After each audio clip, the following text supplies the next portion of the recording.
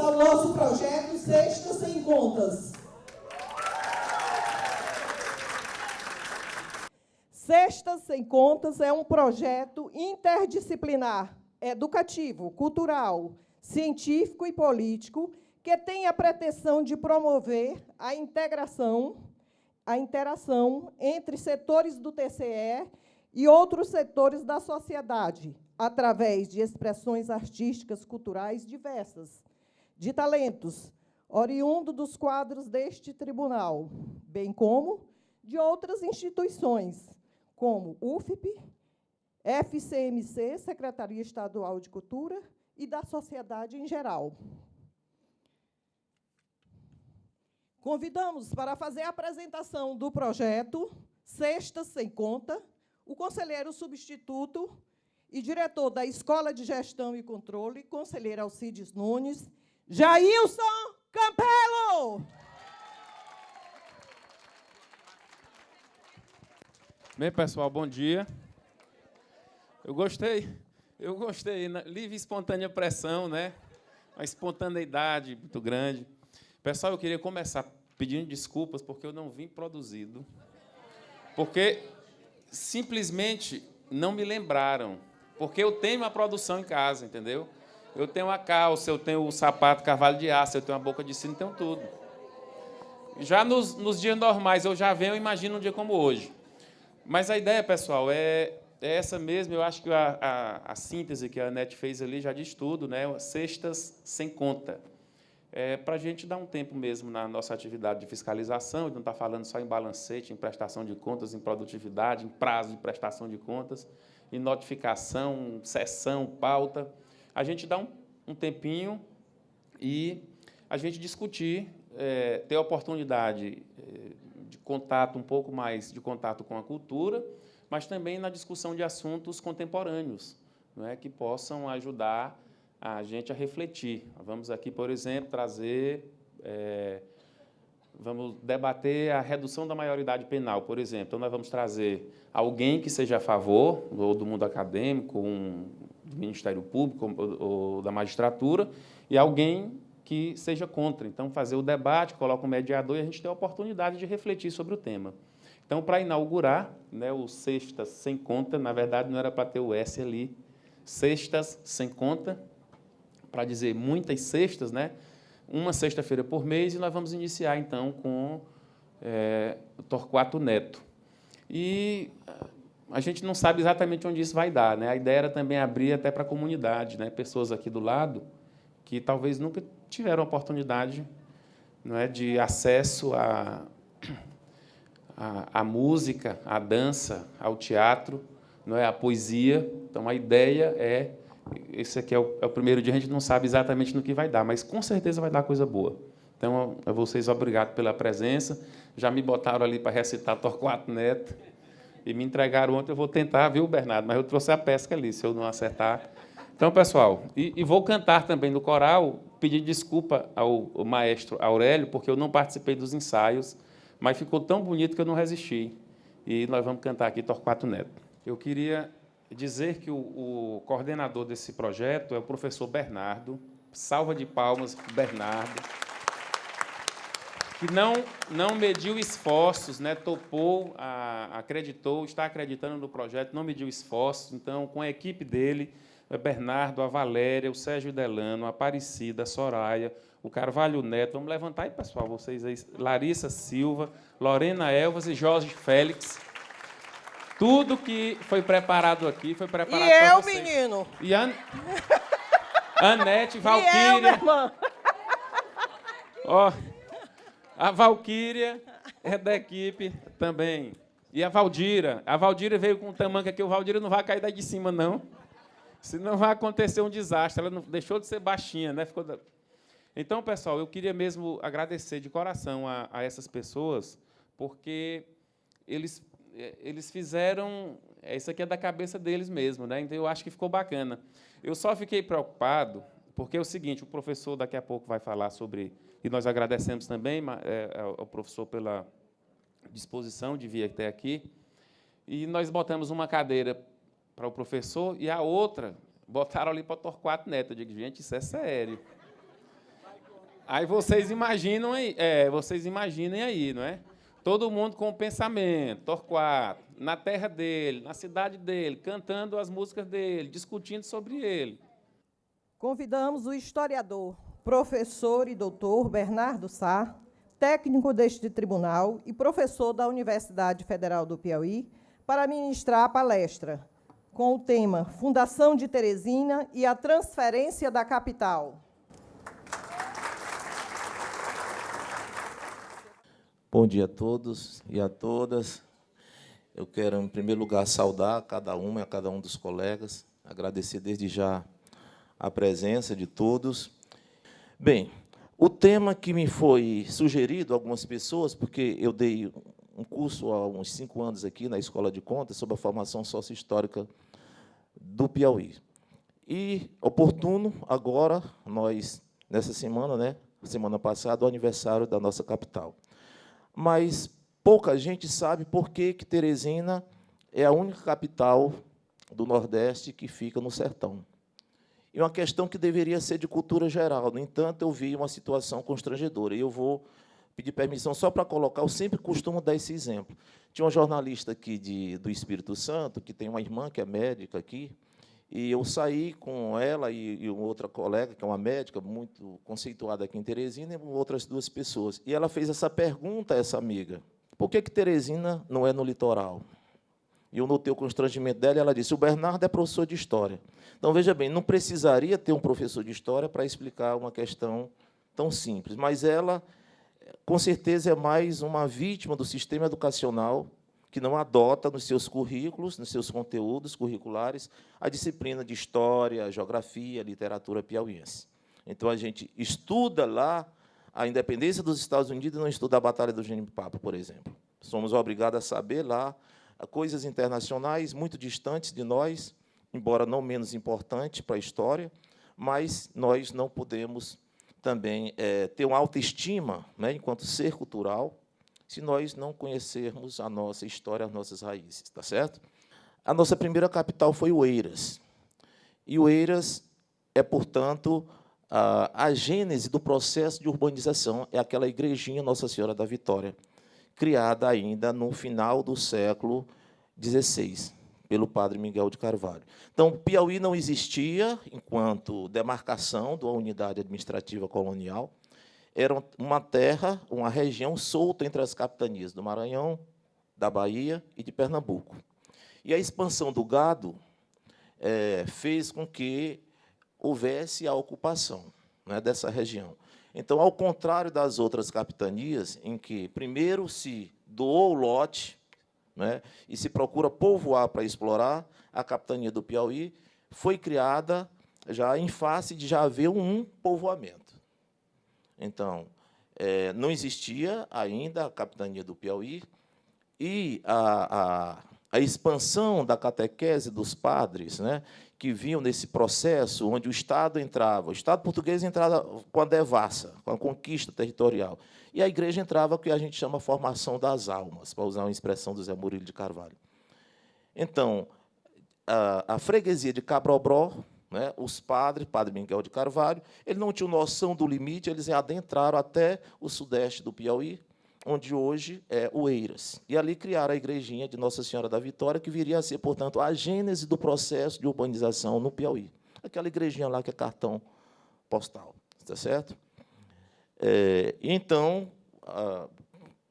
se desenvolveu um povoamento, mas um povoamento muito pequeno, né, já que a atividade econômica que fixa esse povoamento não possibilita uma concentração de pessoas, como, por exemplo, o engenho ou a mineração. É um povoamento de uma baixa densidade demográfica, dispersa. É um povoamento de norte a sul, mas você tem uma fazenda aqui com 2 ou 3 ou 4 pessoas, você vai ter outra daqui a 40 léguas, por exemplo. Tá certo?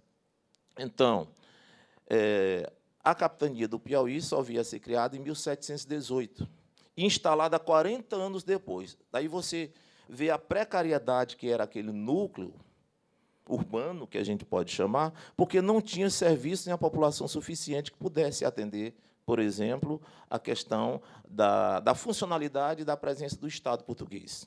nas instituições, embora fosse a igreja que exercesse as funções do Estado. Não existia cartório, então a igreja fazia os assentamentos, os casamentos, os inventários, né, os testamentos todos, cobrava, inclusive, os impostos também. Tá certo? Mas, com a instalação da capitania, a Vila da Mocha foi elevada, portanto, à categoria de cidade, passou a ser a capital, e com o nome de Oeiras, em homenagem o conde lá de Oeiras. Tá certo?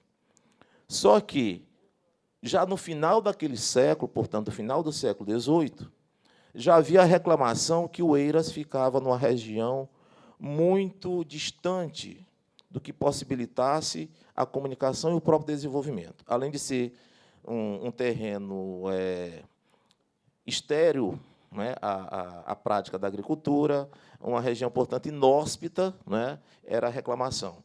E, já naquele momento, o povoamento maior estava na região norte. Então, hoje, é possível a gente ver que existem já trabalhos academicamente já avaliados como dissertações que mostram mesmo documentos que, antes do Domingos Jorge Velho e o Domingos Afonso Mafrense, que teriam chegado aqui por volta de 1660, 62, já o homem branco já estaria povoando também o norte. Então, o Piauí teria realmente o mesmo processo das outras capitanias.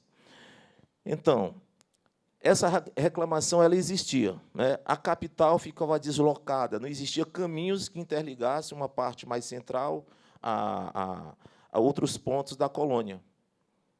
O que existia era uma navegação costeira, de cabotagem. Tá certo? Então, eles fizeram uma manifestação ao governador, se não me engano, o primeiro, Dom João Pereira de Amorim, nome assim, não estou lembrado, né? Então, o fato é que essa ideia da transferência da capital, ela não foi uma ideia do Saraiva, né? Mas era algo que já havia sido defendido, apresentado sobre esses argumentos. Então, a região é inóspita, fica distante da comunicação, o povoamento maior está na região norte, e não na região central e nem sul. E aí existia um outro problema que, para mim, particularmente, eu acho que esse é decisivo, é que a colônia ficava submetida comercialmente à cidade de Caxias. Então, o comércio, portanto, a capitalização de receita através dos impostos ia para a capitania do Maranhão. Certo? Então, para resumir, existiam várias vilas, muito precárias, mas existia já aqui na Barra do Puti a Vila do Puti. Então, se defendeu, no primeiro momento, a Vila de Parnaíba, né, de São João da Parnaíba. Não foi aceita, razões precisaria a gente explicar, né, através de documentos. Né? A outra seria, não, pode ser São Gonçalo.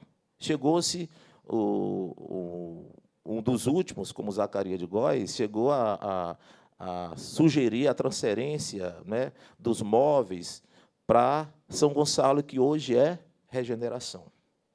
Certo?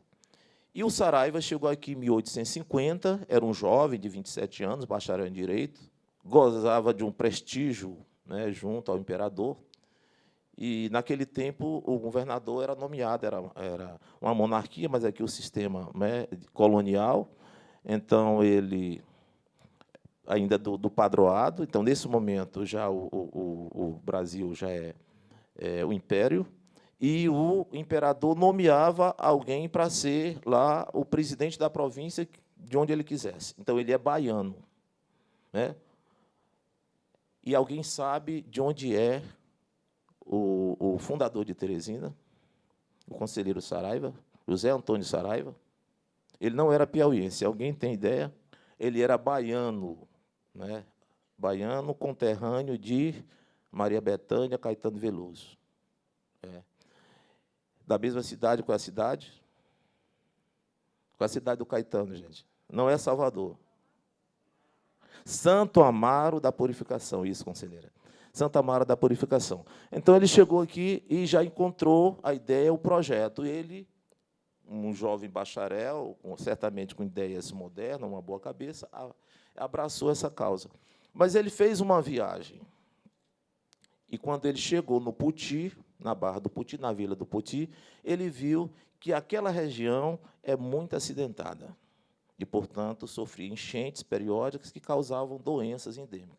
Então, ele, numa atitude muito sábia, eu não vou fundar uma capital onde, de imediato, você vai ter problemas de saúde pública e de saneamento. Eis a razão. E se continua dizendo, a gente vê na mídia, às vezes profissionais, com todo respeito, às vezes menos informados, dizendo uma coisa errada. Dizendo, Teresina surgiu aqui no Puti Velho. Não, Teresina não surgiu no Puti Velho. Monsenhor Chaves, que é um dos historiadores também desse tema, anulou uma vez uma questão de vestibular, porque fizeram essa colocação. Então, se você pegar da Praça do Puti Velho até a Praça da Bandeira, são exatamente 6 quilômetros. E ele disse, eu não vou fundar aqui. E percorreu, no sentido sul, 6 quilômetros. Na região mais plana, alta, mais segura, ele resolveu, então, lançar a pedra fundamental de uma nova vila, na Chapada do Corisco. Esse ato foi marcado por uma missa celebrada pelo um padre, né, Mamed Antônio de Lima. Mamed Antônio de Lima. E ali se lançou a pedra fundamental. Então, o marco de fundação de Teresina é a Igreja Nossa Senhora do Amparo. E ali, na praça, você tem aquela pirâmidezinha, aquele monumento que as pessoas nem sabem. Ali é o marco zero da cidade. Certo? Mas, então, voltando, quais as razões que poderiam explicar a fundação de Teresina não ser lá em Parnaíba ou não ser em outro lugar? Então, 3, a gente pode resumir basicamente em 3. Primeiro, a capital deveria ficar numa região mais povoada, portanto, mais desenvolvida. Então, aqui pega a parte mais central, mas para o norte. Deveria ficar à margem do rio Parnaíba, porque o rio de Parnaíba é fator de desenvolvimento econômico e de comunicação. É o período da navegabilidade, do Rio da Prata, do Rio São Francisco e outros rios, onde a navegação fluvial não existia estradas. Né? E era importante. Então, a capital deveria ficar à margem do rio Parnaíba. Mas a terceira, que eu digo que essa é determinante, dizer, tem que ficar numa posição estratégica a neutralizar a influência que Caxias exercia nessa região do Piauí, que nem hoje Teresina exerce na região leste do Maranhão. Tá certo? Então, a gente diz, por que não Parnaíba? Se você é sabedor dessas razões, está explicado. Poderia ser um pouco mais abaixo, um pouco mais acima, mas tinha que ser nessa região por essas razões que são colocadas. Tá certo? Então, logicamente que houve uma reação por parte da sociedade oeirense, se fez ameaças ao Saraiva, certo? Ele saiu, assinou o decreto e saiu. Quando a sociedade tomou conta do decreto, ele já estava longe, porque ele corria, inclusive, risco, não acredito que os oeirenses fossem realmente as vias de fato, mas havia ameaças nesse sentido. Então, essa vila foi chamada Vila Nova do Poti.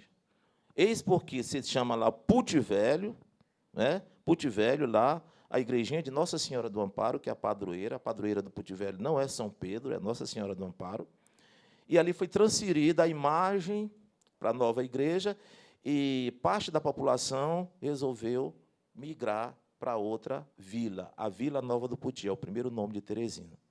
Em 1852, ele eleva essa vila à categoria de cidade e transfere a capital com o nome de Teresina, uma homenagem à imperatriz do Brasil, Teresa Cristina, que não era brasileira, era italiana de Nápoles, certo? Tem outras cidades, que é a Imperatriz, por exemplo, Teresópolis também, em homenagem a essa mulher que amava muito os brasileiros. Então, foi essa a dificuldade, e Teresina foi, portanto, a primeira cidade planejada, pelo menos na sua planta baixa, de implantação planejada. E o mestre de obras, que implantou, portanto, a cidade e que construiu inicialmente a Igreja Nossa Senhora do Amparo, foi um que é nome de ponte, que é símbolo de Teresina atualmente. Qual é? Como é o nome oficial da ponte estaiada? Isidoro França. Então, Isidoro França foi o mestre de obra que implantou Teresina, no seu aspecto material da sua demarcação. E aí vieram portanto, o que marca o dia 16 de agosto é a transferência do cofre, né, no carro de boi, né, diz que houve um sentimento de luto, né, em Oeiras, e Oeiras entrou realmente num processo de estagnação durante muito tempo, até realmente se procurar se explorar o sentido, o simbolismo daquela capital e a sua cultura, que o povo é muito fiel na sua tradição em preservar, inclusive, as suas datas históricas e sua cultura popular, suas manifestações populares. E a cidade ela é planejada no sentido sul e no sentido norte, onde você vê, por exemplo, até o cemitério São José ficava já fora da planta, no perímetro urbano, para você ter a dimensão. E até o Alto da Jurubeba, que o Alto da Jurubeba é onde fica a igreja São Benedito, ali era Alto da Jurubeba. E até o Largo do Saraiva, que é a Praça Saraiva. Certo? Então, por isso é que aquelas ruas todas ali, elas são, a gente chama quarteirões. As quadras realmente são bem lineares, as ruas não são tortas, né? Elas têm uma mesma dimensão, porque, de fato, foram planejadas. E aí vieram os órgãos públicos a serem implantados ali. Certo? Então, ali era chamado Largo da Matriz, depois, né? Hoje, como é o nome daquela praça, quem sabe? Marechal Deodoro, né? Mas chama-se Praça da Bandeira. Então, o mercado São José continua com N reforma, fica quase do mesmo jeito, né? A Baixa da Égua realmente é um bairro tradicional boêmio do centro, né? Ali fica ali na João Cabral, Riachuelo, dali que a história, né, da Praça do Liceu teria morrido uma égua, ali era uma baixa, e ali ficou, portanto, conhecido de Baixa da Égua. E a assessora diz, olha, a Baixa da Égua acho que está xingando ou está com deboche. E admiro porque a população dali, daquele bairro, mantém a tradição, né, um pessoal muito... Tem uma escola de samba, é um pessoal muito boêmio, né, e eles fazem questão de manter o nome daquele bairro. Porque Teresina sofre de eu acho, de um complexo de inferioridade em relação aos seus nomes originais, de mudar os nomes, né? Você vê no Rio de Janeiro, em outros lugares, aqui em São Luís, Salvador, tem uns nomes bem pitorescos, aqui eles mudam. Então, não pode chamar Morro do Urubu. Por quê? Morro da Esperança. Um dos lugares mais bonitos do Piauí é a Cachoeira do Urubu. Nem por isso ela foi preciso mudar o nome. Macacau. Quem mora no São João? São João era o Macacau. Certo? E por aí vão outros nomes, né, que a gente vai... Nomes de rua, mudaram os nomes de ruas, as ruas do centro. Rua da Glória, que nome bonito. Lisandro Nogueira. Rua da Estrela, Desembargador Freitas. Rua Bela, Senador Pacheco. Praça Aquidabã. Qual é a Praça Aquidabã? Pedro II. Praça Uruguaiana, Rio Branco. Não é? Então, os nomes... Rua Campinas, Rua das Flores, a Rua da Palmeirinha, Clodoaldo Freitas, Rua das Flores, a Avenida Campos Salles, Campinas, a Benjamin Constant. Enfim, muda-se os nomes por quê? Né? Se quer homenagear alguém, político, santo, enfim, datas, né? Então, que se coloque, a cidade está crescendo, e não perder o nome original. E aí, a gente, por conta disso, a gente vai perdendo a nossa identidade cultural, das nossas raízes. Né? O nome, isso aqui foi o quê? Você não sabe. Né? Então, é isso. Então, ali, voltando no Largo da Matriz, foi ali o que é o museu, ali foi o Palácio Provincial, a primeira residência do governador. Depois foi o Tribunal de Justiça e hoje é o museu. Do outro lado, que é a Justiça Federal, você tem o primeiro teatro, o Teatro Santa Teresa, que é hoje a Fundac, a Secretaria de Cultura. Esse que desabou o teto agora, que era Comep, né? Desabou ali, era a Companhia de Navegação. Então, a escola normal, mas a escola normal já foi feita no século XX, mas ali, né? O que hoje é o Palácio da Cidade. Então, precisa a gente saber, porque Teresina sofre também um processo de desfiguração enorme, muito violento e muito rápido. As paisagens se transformam muito rápido porque não se tem respeito, eu acho, não se tem respeito pela preservação da memória. Então, a materialidade de cada lugar é um pouco de nós também. Existe uma cidade que é materializada, mas existe uma cidade na memória, no imaginário. Como é que você se vê naquele momento, através da sua memória. Então, a gente nem pode ver assim, explorar muito esse lado da paisagem arquitetônica, porque foi deteriorado e continua se demolindo casarões, prédios, que marcam toda uma... Para fazer o quê? Estacionamento horríveis. Né? Em frente ao Karnak, tem um que, mais de 30 anos, disseram que ali ia ser construído, não sei o quê. Acho que ali morou Antonino Freire. Né? Então, vai se demolindo e aí fica por isso mesmo. E aí a gente não tem, né, referências e, às vezes, não tem o orgulho de ser piauiense, de ser teresinense, porque a gente desconhece e a gente não ama o que a gente não conhece. Tá certo? Eu vou encerrar por aqui. A gente poderia discutir muito mais, não é? Mas tem aqui, nós passei já 15 minutos do outro tempo programado, e nós teremos agora... agradeço a atenção de todos.